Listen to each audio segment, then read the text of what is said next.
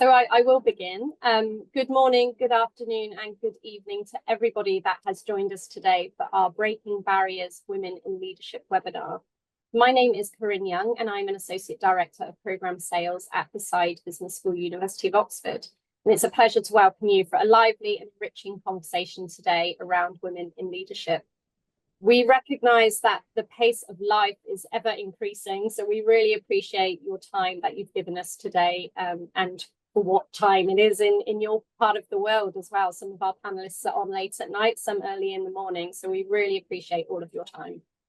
So in today's session, you will hear from some of our inspirational alumni, alongside Leasil Burrow, who is Programme Director of our Women Transforming Leadership Programme. During the conversation today, they will share their experiences of their executive education experience at Oxford, and also how they have had impacts back in their working environments since their time on the programme. And there will be chance for audience Q&A today, so please do pop your questions in the Q&A box, not the chat box, and we will come to as many of those as we can at the end of the conversation today. It's my pleasure to now introduce you to Leasil Burrow, who will lead the panel discussion. As well as being the Programme Director of our Women Transforming Leadership Programme, she is also leading our programme Orchestrating Major Projects Programme. So this is a leadership programme for senior UK civil servants. Leasil has also had a broad-ranging career, including 20 years in a global FTSE 100 telecoms and service organisation. She has also held legal and commercial roles in the oil and gas and public sectors, leading large and diverse teams. So you are in great hands today, and alongside Leasil are some of our incredible alumni of our programmes. And I will hand over to them now to introduce themselves. So Gina, would you like to begin? Absolutely. Thank you, Corinne. Welcome everyone. It's a pleasure to be here. As Corinne mentioned, my name is Gina Worthy. I own and operate a company called Worthy Solutions International. We are a Washington, DC based management consulting firm that I do focus in on 3 areas of project management, organizational development, and leadership development training and executive coaching. So working within all sectors of the economy with respects to the federal government space, which is a whole conversation in and of itself, I'm sure we'll get into today, in addition to Fortune 500 companies and NGOs. So excited to work with a lot of women-owned companies and teams. And so that is a point of my expertise. So it's exciting to be here today. Thank you so much, Gina. Sarah, would you like to go next? Hi everyone, lovely to meet you. I'm dialing in from Sydney, Australia. I'm a doctor, and I have to say that no matter what room I'm in, I still start by saying that, although I don't see patients as much now as I used to be. I have a long history in medical leadership roles in Australia, and mostly in the government sector, in public health in Australia, as well as working as a paediatric emergency doctor for my whole career. I've worked in systems leadership roles looking at healthcare improvement. And alongside that, I've done a lot of leadership development myself, as well as been teaching leadership development. I'm an executive coach, and I'm also a board member. And I participated in healthcare leadership program, which was amazing, and I'm looking forward to talking about it. Thank you, Sarah. And Rafaela? Hi, everyone. I'm very happy to be here today, joining this fantastic panelist that just spoke. So I'm Rafaela Nicolazzi. I'm based in Brussels. I joined OpenAI last year as the head of data and privacy for the global affairs team. I lead topics around data, privacy, consumers protection, focusing in Europe. Prior to that, I was at Google for almost 12 years, which I had very different roles when I was at Google. I'm a lawyer by training. I also have a master's degree in private international law. I'm also a mentor in a volunteer program. And also, as well as many of you here, I'm a former student from the Oxford Leadership Program. Thank you so much, Rafaela. And Leasil, I'll hand over to you to lead today's discussion. Wonderful, thank you. What a privilege and a joy to spend some time with our panel this afternoon. And we've decided between us that we will start off in a fairly structured way, but allow it to just roam and go where we need it to go. So throughout the session today, you'll hear that we'll be talking about some of these complex challenges that we have all faced from time to time, but we'll also be thinking about what it's been like pre and post coming on some of our executive development experiences here at the business school, and specifically thinking about how we have turned that learning into some impact. So that's roughly the story arc, but do bear with us as we go through, because we're going to be just going where our interest goes mainly. So I'm going to start off thinking about not just what it's like to be a leader, but what it's like to be a woman leader in the industries that you've been in. You've heard some of the stories from the women about how their career has developed. So we're going to just dip in a little bit to say, what is it like being a woman leader in your current industry? But also if you've got stories to compare and contrast to previous experiences, that would be great as well. So Rafaela, I'm going to come to you. So OpenAI is kind of the story of the moment, I suppose. So what's it like being a woman leader in that environment? Yeah, absolutely. Yeah, I was going to say that probably have heard about OpenAI. We're a little bit on the news. It's been quite some time. But yeah, that's a great question to kick off this, what I hope to be a very insightful conversation and discussion with you all. And I wanted to start with an anecdote. And my mom, she's an artist. And when I was very young, she would take me to museums, and I would be very amazed, right, by all the artworks around me. And one day she came to me and asked me, dear, can you count how many women artists are in this museum? And you're not surprised here in this room, the answer would be almost zero, right? Or one or two artworks that would be in that museum that were made, painted or sculpted by women. And I think that's not true only in a museum. This is also true, unfortunately, in corporate life. And even I think in spaces that are traditionally occupied by women, like chefs of restaurants, they're known to be men, or in any other place. So my experience as a female leader started like every other woman would feel in another place. We have minimal or zero role models. So that's how it has been so far. It's very challenging to know that, and maybe I'm not starting with a very inspirational thought, but I hope we're getting there collectively as a group. But it's quite challenging to know that you will go through a path that we're not going to see so many people in the top, right? That you can feel inspired of. And to prepare for this conversation, I went back to the annual McKinsey report, which is the famous Woman in Workspace. I wanted to try to find more inspiring numbers to share with you, which I couldn't find. I hope my other colleagues here have more insightful data to share. But the one shared last year, which is 2024 report, basically stated that women today make up 29% of C-suite positions, which is an improvement compared to 2015, which was, I think, 17%. But progress has still been slow, right? Also, I was reading a report from the OECD and G20, and I always say it's the same. Women make up only about 1/30 of managers. And yes, it's true that I would say that I'm lucky that in the tech sector, things are perhaps better if I compare with my friends, colleagues in other sectors, but I still work in the intersection of technology and politics. So I still see a lot of that disparity.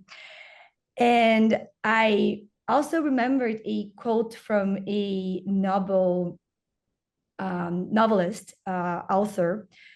She's from Kenya. Her name is Wangari Maathai. I might be pronouncing this wrong, so I apologize for that. And I think she put in a very simple way what I feel as a woman in leadership.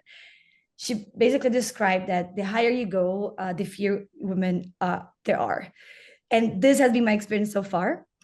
I'm very excited again to discuss this and try to elevate as many women as possible up there, discuss a little bit of why that happens, how we can make this better for all of us, and how we can create this community of pushing each other. So yeah, so that's basically so far what has been my experience, regardless of where I am or the company that I'm working for. I still feel that there is still a long way for us to go, and that's why I'm very excited to have discussions like this one today. That's terrific. Thank you, Rafaela. Sarah, let's go to you. What's it like being a woman leader in the healthcare sector? Thanks, Leasil, and thank you, Rafaela, for your story. It's so wonderful to hear your story, and I imagine we have lots we can all share. It made me think about how where I am now as a leader in healthcare. I would often say to people that I feel extremely fortunate that I've never felt any significant discrimination in the leadership roles that I've had. There's certainly nothing explicit or overt, I think, about, in most cases, the opportunities for women to get into leadership roles in healthcare now. But when I look back, and I started working as a doctor 30 years ago, it was very different. And healthcare has a culture which is fairly hierarchical and very gendered. And so it's very much based in the history of male and female roles. The surgical change room is basically used to be only for men, and the nursing change room used to be only for women. So as a medical student, when you went to get changed to go to theatre, you went in under the sign that said nurses, not under the sign that said women. So there's a very long history of this. And it's a bit paradoxical now because there's a lot of women in healthcare and there's a lot of women leaders in healthcare. There's not quite so many women medical leaders in healthcare, depending on how you define medical leader. And certainly when you go into organisational leadership in healthcare systems, then you're looking at the C-suite and the chief executives. Again, as you just said, the rarefied air as you go higher, there's less and less women. And I can certainly remember being in positions. I got involved in one of our professional associations and was on the board of that organisation from a fairly young age. I can't help it. I've described myself as being an optimistic problem solver with an overdeveloped sense of responsibility. I just feel like I want to put my hand up and help. And so I end up in these places. But it meant that I was not only the only woman, but I was the youngest person in the room as well. And they were, this was very open-minded medical people who were very keen to have different opinions and to have young people in the room. But very unconsciously, I think, I was very much treated like the secretary. And the conversation that happened was at a level above me. And then when it was happening about life, not professions, it was about cricket and the pub and things that were not really what women would talk about. And it was in no point ever meant to be discriminatory against me. I think it was entirely unconscious. But because I didn't really have a role in that conversation and I wanted to be helpful, I found myself and then had to stop myself making tea and offering to take minutes because I just wanted to show that I had some value. So things have changed, and I do think now we have a very equitable situation for women in leadership in healthcare. But clearly there's challenges for women in healthcare and women in leadership wherever you are, and perhaps we'll talk about some of those as we go on. Brilliant. Thank you, Sarah. And that certainly resonates very strongly with me. My career began in 1991, and I was in the exploration and production part of the oil and gas sector. And I showed up for work all excited, and they literally did not know where to put me. There was a gender segregation down the center of the office with the administrators on one side who were exclusively women, and the managerial staff who were exclusively men, and they literally did not know where to put me. So I kind of bravely took my seat amongst the men, but that caused a difficult reaction amongst some of the women. And it took one incredible leader who happened to be part of the typing pool who said to the women, no, she's one of us and she's one of them. And I'm still friends with that person today. So I'm hoping there's a shout out to Karen Millen, not the famous designer, but who was brave enough to do that. And I think being surrounded by people who are willing to call it out on our behalf if we're not quite brave enough yet is a real bonus for us. So let me go to Gina next. What's it like for you right now, and how has it been, Gina? Oh, the United States, it's easy breezy here, right? Especially for the federal government. Okay, just kidding. Absolutely, that is not the case. If you have seen anything with regards to the headlines, I've had many friends that are like, "Are you all right over there? Is everything okay?" A lot of work that I do is within the federal space, and the reality is that there is a huge attack on women and women of color. If you've followed any bit of the news, the last 2 weeks, specifically in the US, have been a very direct attack on diversity, equity, and inclusion programs, and then women in leadership. Just by default, this particular presidential election with Kamala Harris, this is a scenario that we are operating in from both a personal perspective as women in leadership, but then also on a very big global stage, that you can be the most qualified woman in the room and still people not see value in it. Still choose the wrong thing. And so I say all that to say, from maybe as the primary point of challenge. However, I feel like what this has created is what I would call kind of like a Simba moment for anyone that's seen The Lion King, where it's like, Simba, remember who you are. Even though there's challenges within particularly the federal space that I work with a lot of clients on, it's been good opportunity to encourage other women in leadership to say, hey, look, let's remember who you are. So I work with a lot of Black women leaders within the federal space, and then also from a Fortune 500 space. And the thing that I have been talking to them most about is that there's some statistics that are going to hopefully help you to remember who you are in terms of from an excellent perspective. And I want for everyone on this call to embody these. So even though they're specific to Black women statistics in the US, they do apply across the board for women in leadership across the globe. So a couple quick stats. So Black women are the most educated demographic in the US, period. And that is based upon college enrollment, as well as going after higher ed degrees and graduating. So by default, we are some of the most educated in the US. And we saw that through Kamala Harris, regardless of whatever your political affiliations are. It's the recognition that we are coming to the table highly qualified. From a business leadership perspective, we are the fastest growing group of entrepreneurs in the US. The growth rate has been over the last 10 years at a rate of 360%. However, that we receive about 3% of the total investor dollars, that get invested into our companies. Now, again, I say all that to say is that, one, there's this point of remembrance that we come to the table with a high level of excellence, but then at the same time is that we may not be perceived as, well, okay, because you are a Black or brown person or a person of color, that you got to this table some other way. So that has been a constant challenge for us. But at the same time, friends of mine, I don't know if anybody saw the show Scandal, where it was Jalivia Pope, who's, in the government, fixing things. They've affectionately called me Jalivia Pope, because coming in as a fixer and looking for what I would call the windows in the doorways. So if we can't get through the doorway of a leadership position or to break through barriers, we're looking for the window. And those windows can be through allyship. So conversations like this, where it facilitates, how do we continue to build community with each other and allyship? Going through WTL, through Women Transforming Leadership, created that for me. And that was, to me, a huge asset in terms of any barriers that I've experienced through leadership, is because I have a pool of relationships that I can connect with that are either, providing me with encouragement or giving me some additional thoughts and strategies as I work with clients and as I continue to build my own business. So this is, to me, like a season of life that we're experiencing, where there's a lot of things that are crazy things that are happening, while at the same time that we are gifted, we are skilled women in leadership, and we need to continue to remember that at the forefront of our minds as we move forward in our industries. So, yeah. Thanks, Gina. I'm going to stick with you for a minute, if that's okay. So you've really encapsulated for us there, kind of, even though things are getting better, there are still some thorny challenges. Can you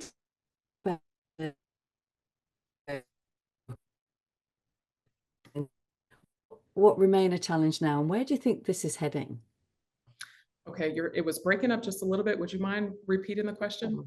Yeah, so I'm thinking about the challenges that you've just set out for us, and I want you to kind of look back and look forward for me. So is it getting better? In what ways? And where is it heading? Where's all of this really good action going to take us? What's it going to be like for the women who come behind us? No, that's amazing question. So a couple of days ago, I had some conversations with two older women who sit on my advisory board, and they are women in their 60s and their 70s. And so I'm telling them, oh, you know, come on this, you know, this webinar, we're going to be talking about, you know, women breaking barriers. And one of them had said, like, that is an amazing conversation to be had, but also troubling that we're still having it in 2025. Because keep in mind, these women were freedom fighters, you know, 4 pieces of legislation like the Civil Rights Act of 1964 and the Voting Rights Act of 1965. And they were like, we were having those conversations back then and we're still having them now. However, as we were talking, I was like, you know what, the visual that comes to mind for, you know, where we were, where we are, and where we're going is kind of like what I would call like an arrow moment where, you know, we have these moments in time and history where, you know, if you look at archery and from a bow and arrow, a visual perspective is that, you know, you're doing kind of one of these numbers where you're pulling back so tightly. And we're in kind of a moment right now where, like, we've just had the bow and arrow, we fought for it and we've got the bow and arrow, which is great. But then now we're in a very tight moment where we're pulling back and dealing with some of the things we've dealt with over, you know, time and history. However, these moments are pinnacle because when we release that boat, they're going to move us a million miles down the road. So at every juncture where there is a challenge and just friction, is that those frictional moments become pivotal for a trajectory that sends us completely forward in, I think, an even farther direction from where we're at. Because if I go back from a legislation perspective, the Voting Rights Act of 1965, at that time, what it did was create it to be illegal to cause discrimination against sex, gender, race, X, Y, and Z. And that spawned us completely forward to where we are now. And now there's another attack on that. However, the attack on that is creating groups of folks that are bonding together in ways that they didn't necessarily have. So we're finding allies and advocates in unlikely places that I really believe that it is going to create a trajectory moving forward that's going to build meaningful communities for us to band together, get support, and do things that are going to really change the global stage, but in all the best possible ways. So to me, it's like, all right, even though things might look a little crazy, the reality is that, like, in the craziness is the beauty of what is the possibility of what's to come. So for me, it's like looking back at legislation, what it did for us, where it brought us to, and then also like, all right, where's this next level of, you know, like agitation going to get us to the next, like, checkpoint that's going to free us up even more and open up more opportunities. And to me, that's kind of the eyes that for my clients and I that we're looking from, that it's not just like, oh, this bleak thing, but no, there's opportunity in the midst of challenge. And so we're looking for the windows of opportunity, if I could say it that way. Brilliant. And I love that metaphor and I love the visual. Where are we heading? And maybe it's kind of like the nature of the barriers the nature of the barriers are changing. Rather than it being a dispiriting, we're going to keep going after the same thing. I've had the privilege in my social life to know 2 separate women. They didn't know each other, but they were both in Fleet Street in the 1970s. So they were both journalists here in the UK, one a motor journalist and one a politics journalist. And I've always looked at these 2 women and think, you are who I want to be when I grow up, because they were slightly ahead of their time and they just wouldn't take no for an answer, but managed to pull off incredible successes in their career without kind of breaking themselves or others to get to that. So I think it is that evolution. But is that the same in the medical sector, Sarah? What do you think? Yeah, I've been listening to that and thinking about what the future holds for women in leadership in healthcare.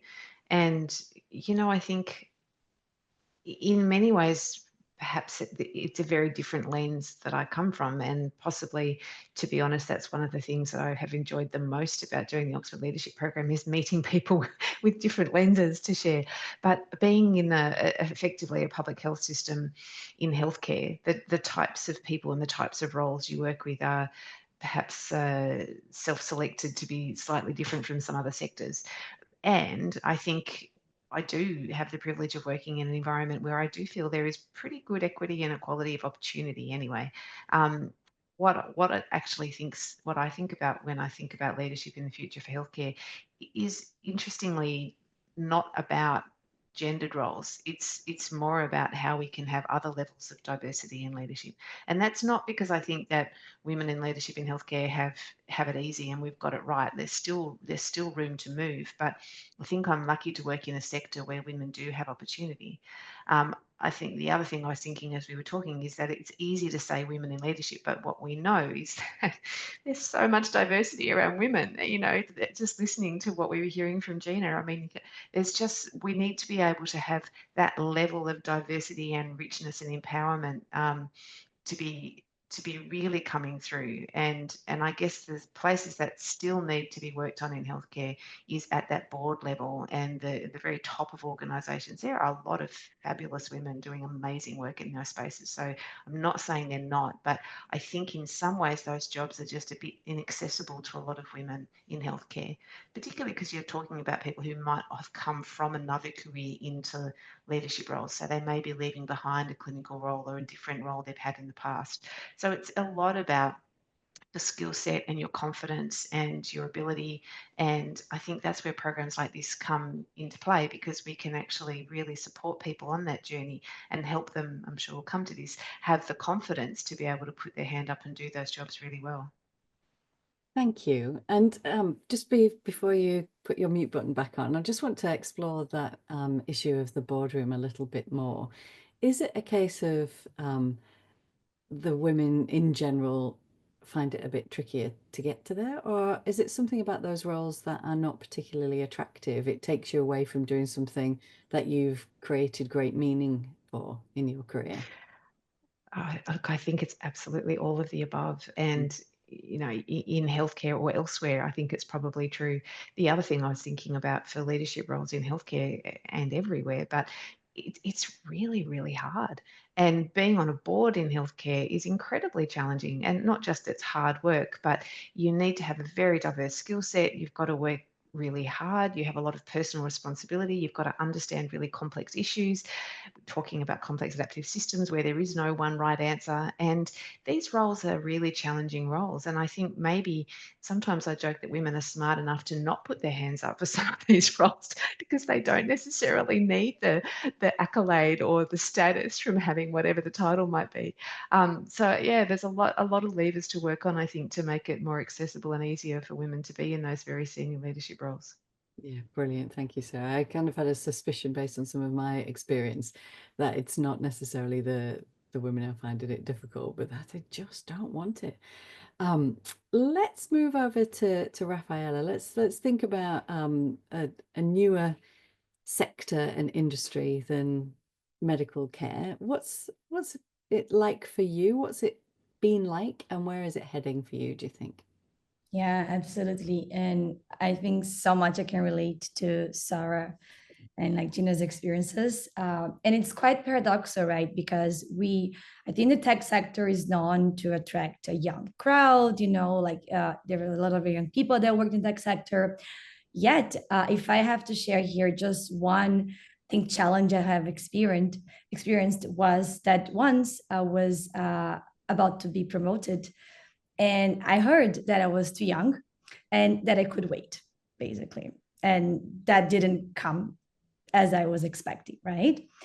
So that was the external challenge, but actually that came internally as something even deeper for me, which is not being confident on myself, right? And I assume it's not only me. I was actually, again, back to that McKinsey report that I mentioned about.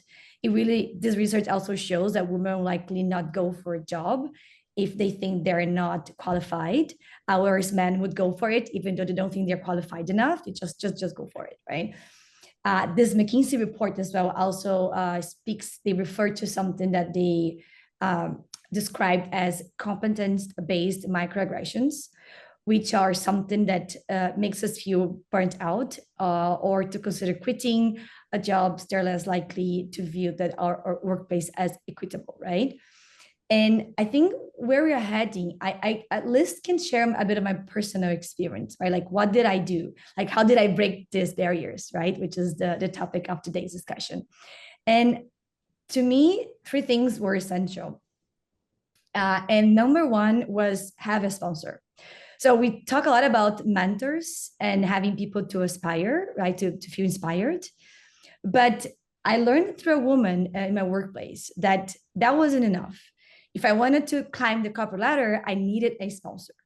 And sponsor are people in your organization, in your corporate world, that you're going to have an honest conversation about your goals, your career goals, where you want to go. And you have to be very honest with them on what they can do to help you get there, right? And these sponsors are usually people who are more senior than you, because they can help find you opportunities in places that you're not in yet, right? So that's why it's so important to find them.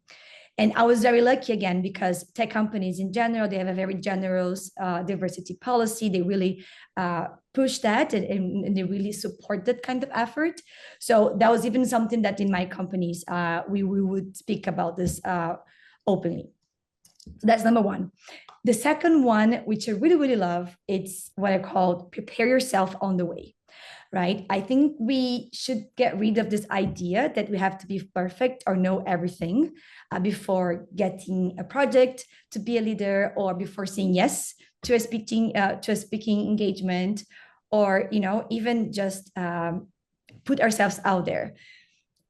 And based on my experience, I think we should all never underestimate how much you're going to learn just by putting yourself out there, right? The opportunity will definitely make you smarter. And what I say is that the goal is not to be perfect by the end, is to be better today. That's it. And putting yourself out there really helps you for it. The third, I think Sarah mentioned that somehow, and I frame it as having a network of trust. So is sharing your experiences with other women, right? There's so much that you can find in terms of empathy, in terms of just synergies around what others have felt, and that your emotions, and you're not alone with your own emotions. Share this with other men, right? And let them know how you feel after a meeting that you're not feeling welcomed. Me as well, because I've been always the youngest in the room. I would join a meeting and especially work with politicians, right? They will look into the man in the room, even though I was the one leading the meeting.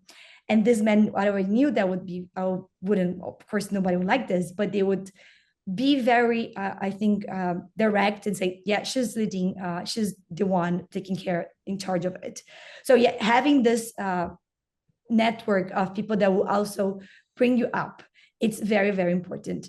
And I think I have to say that I would add a fourth thing into my little framework, just hearing you guys now, which is what Gina said. I love it. Remember who you are. Never forget that. And it might sound silly, but something that I really helps me. And I kind of got this as well from the leadership program is I have a note on my phone, and I like to take notes of like sentences or sometimes keywords of what I heard people telling about me, so I don't forget. So it's the way that I have to don't forget, like remember who I am. And I have to admit that sometimes I am not so good at going back to that notes. But when I do, it's so revigorating. It's so energizing to remember what others said about me or what I realized about myself. And then when I go back there and I can just kind of like bring back this push of energy to keep on going.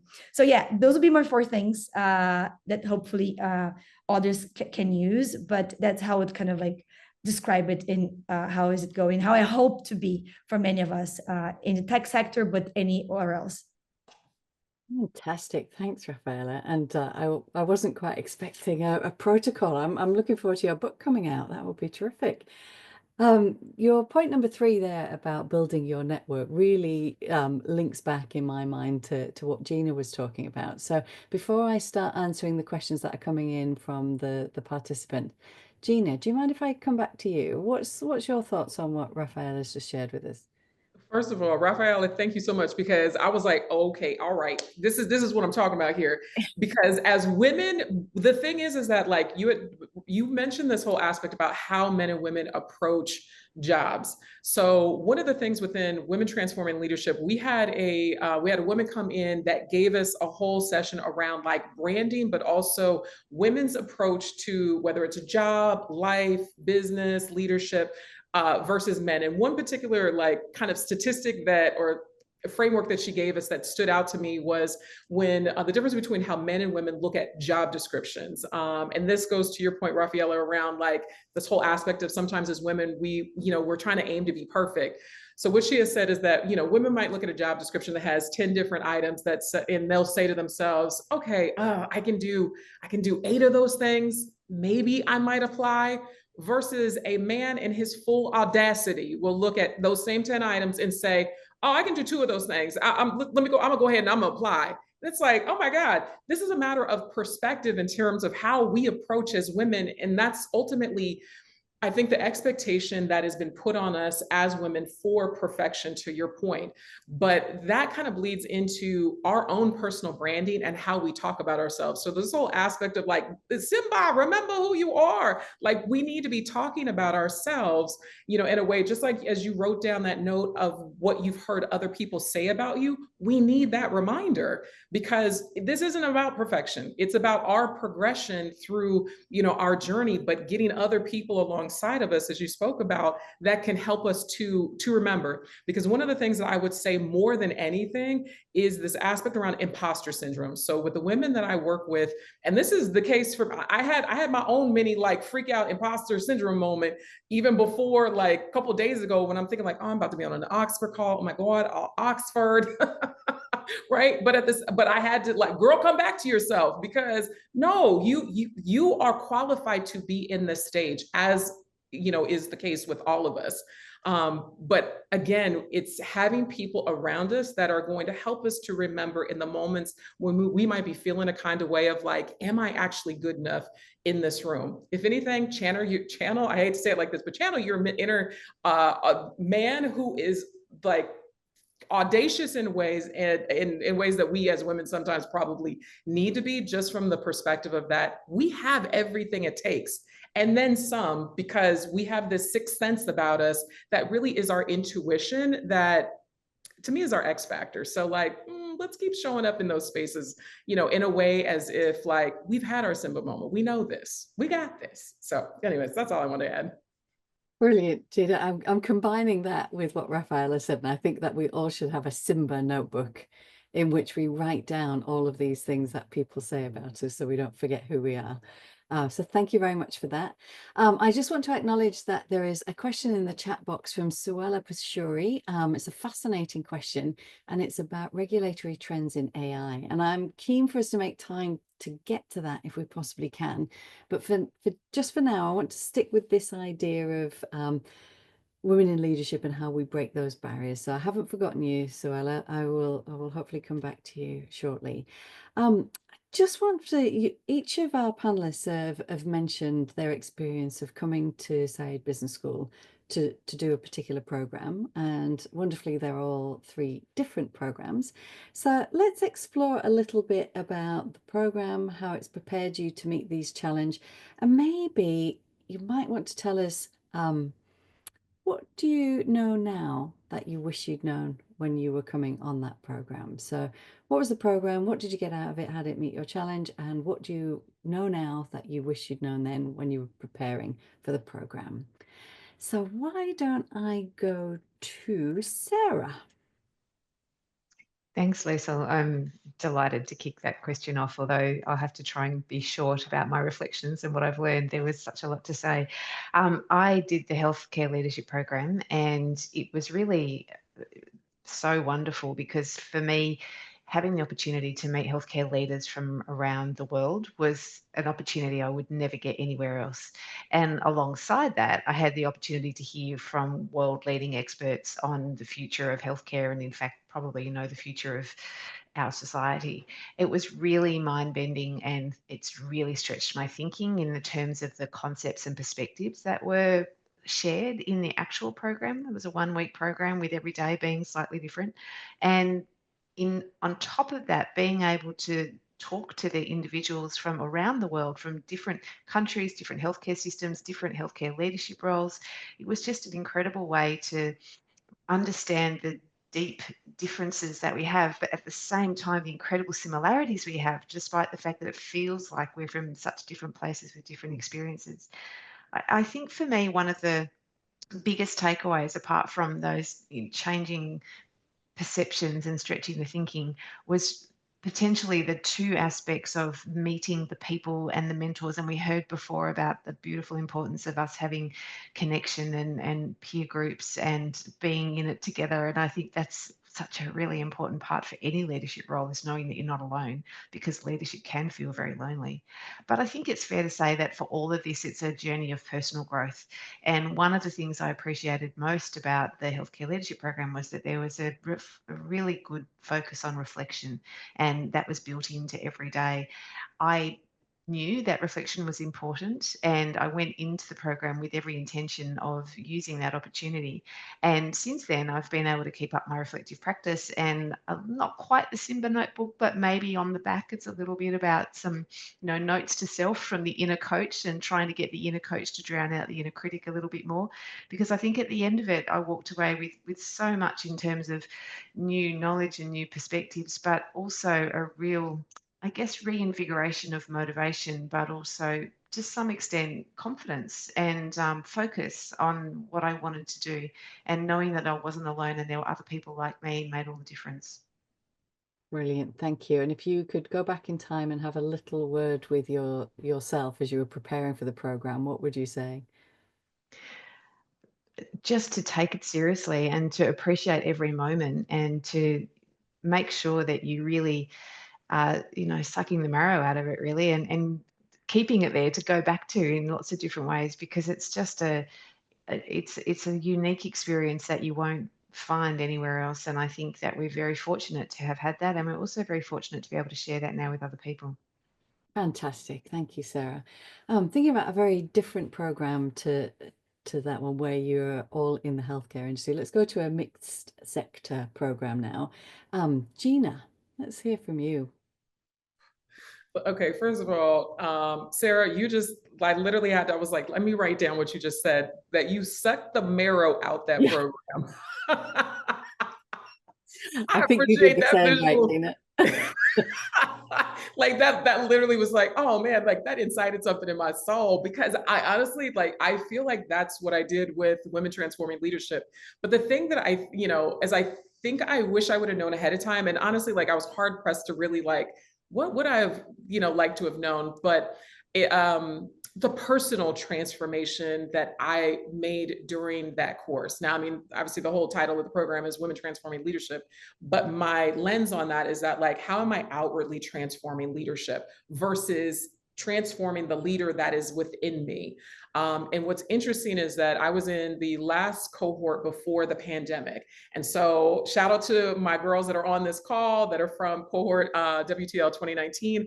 But the reality for us is that if I look at pictures, and some of my, now that are very close friends, I go back and look at the pictures from our cohort, I'm like, ooh, girls, we look different. Like, we physically look different. There's been a physical, but there's an internal transformation that was made during that time, because where we were then, we are far beyond in a lot of different ways, from both a personal and a work business leadership perspective. But that internal work, Sarah, you talked about the reflection time.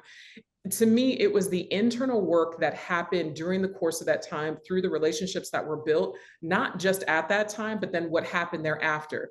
Because we were, again, that last cohort before the pandemic, there wasn't a cohort in 2020. In 2021, I remember one of the women, Mary, she had reached out to our WhatsApp group and was just like, hey, look, I need a point of connection, because we were all very obviously segregated. Everybody's doing everything virtual, and we were just looking for connection points. And from that, we actually started to meet like bi-weekly, and then it turned into kind of like a monthly almost like collaborative board just for us to like be on Zoom and just, hey, how are you? It was a touch point. And that touch point became a lifeline. So, you know, just thinking about, wow, it would have been great to know like that there was going to be such a significant personal transformation to me personally, in addition to the kind of the overall arching leadership transformation that was going to take place. And then these relationships, chef's kiss, like they were really going to like send me to the stratosphere in terms of just both opportunity, because I think, Rafaela, you had talked about sponsorship, and we have a lot of mentors. I think as women, you know, we have a lot of folks that are willing to tell us, oh, go do this, go do that, you know, from a mentorship perspective, but having people to sponsor you, the women that from all the cohorts that I'm connected to, which is probably about 4 different cohorts at this point, like there are women that are willing to show up as sponsors, because that's what we do as women. We show up for each other. And so for me, when I look forward to the future and just how continue to double down on these relationships, it's funny because like there's, you know, part of my eye is on like, I see the like messages come through on our WhatsApp group.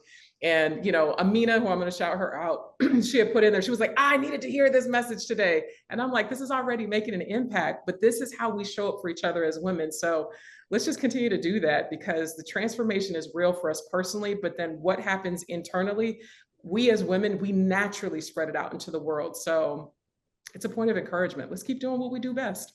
Brilliant, Gina. Thank you so much. So I'm hearing a combination of giving yourself some time to reflect and connect with other people and keep that connection going. I'm seeing the questions coming into the chat, so I'm going to get to that shortly, but I'm just going to ask Rafaela, what was your experience like on the High Performance Leadership Program?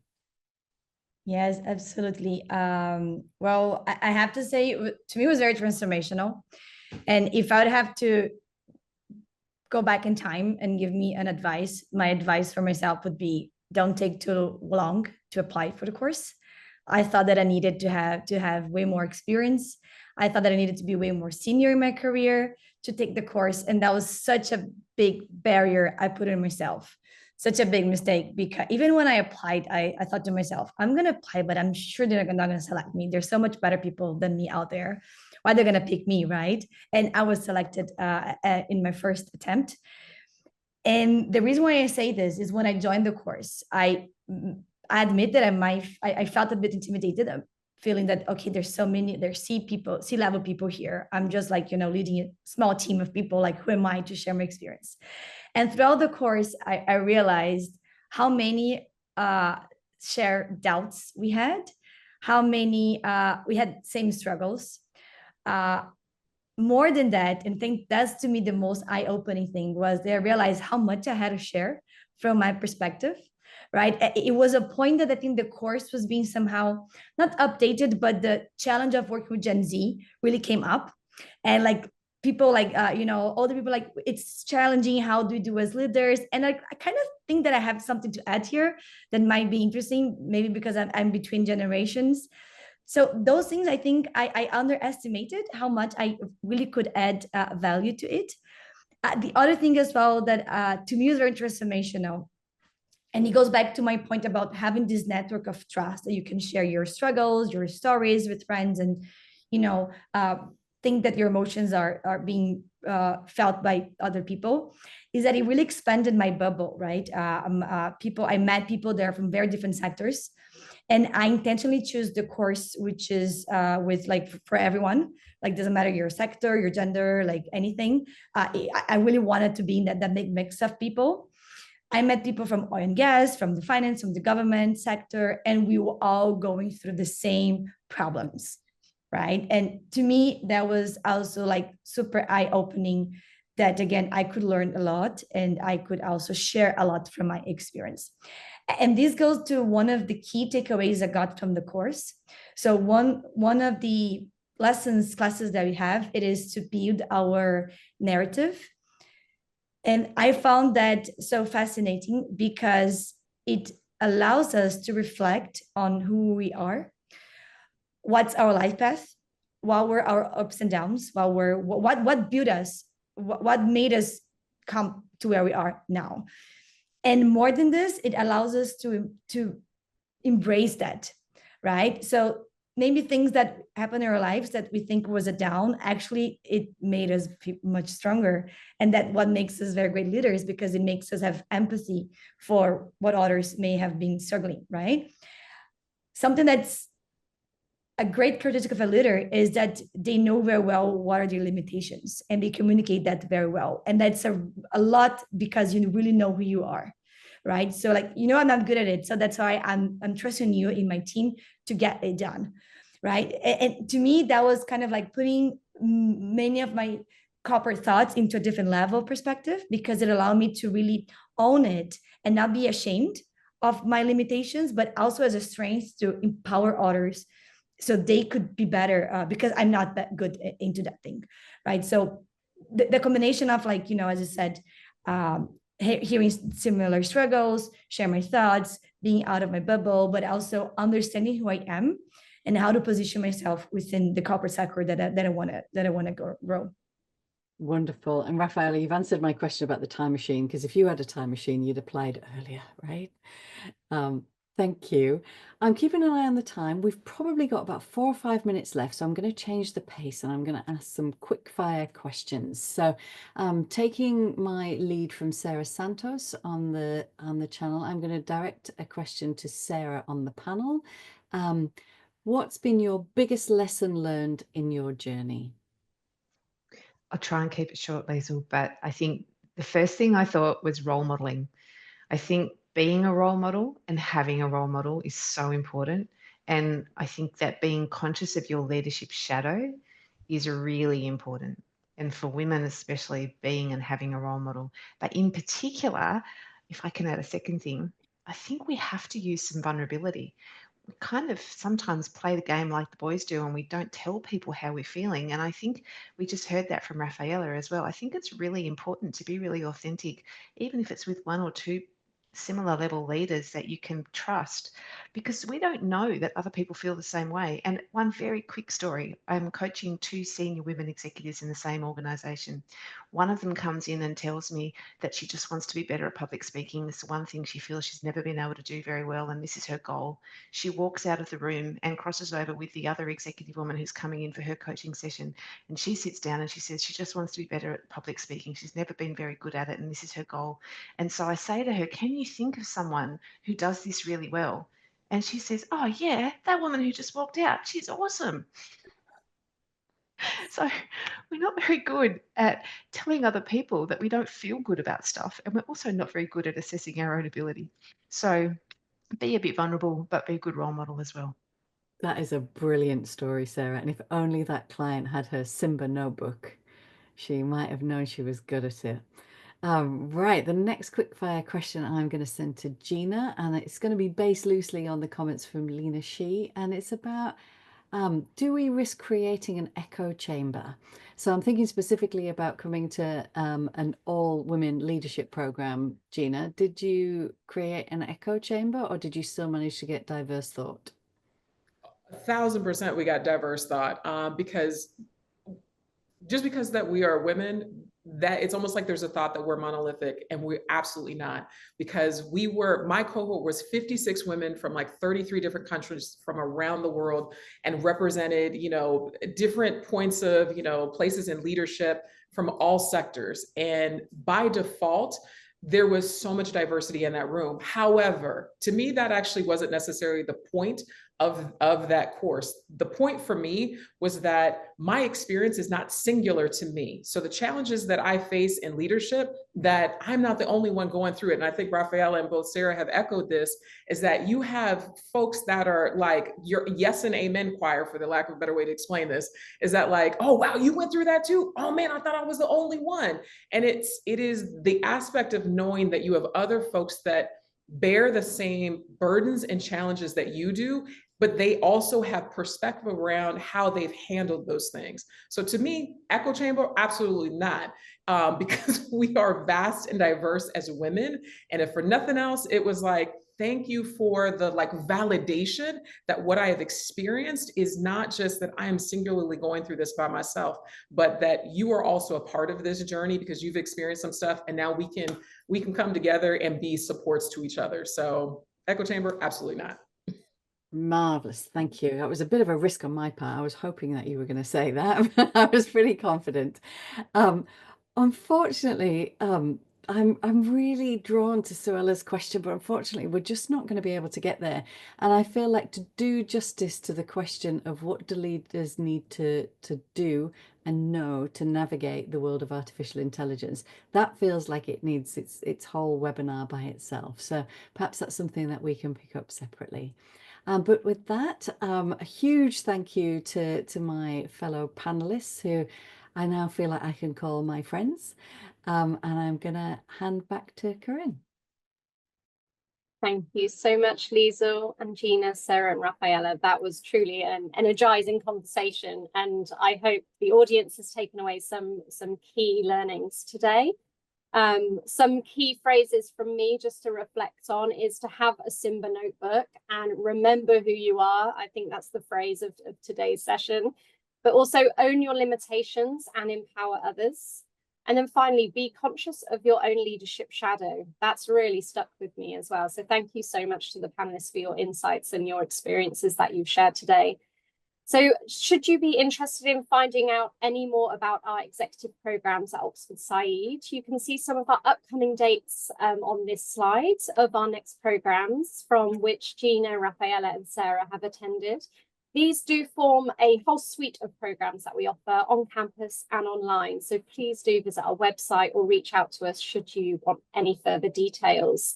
And on this slide, you'll see the team behind the programs. So they will be more than happy for you to reach out should you want to have a one-to-one conversation as well. So please do reach out for that conversation and to find out more about the program and to share your experiences so far.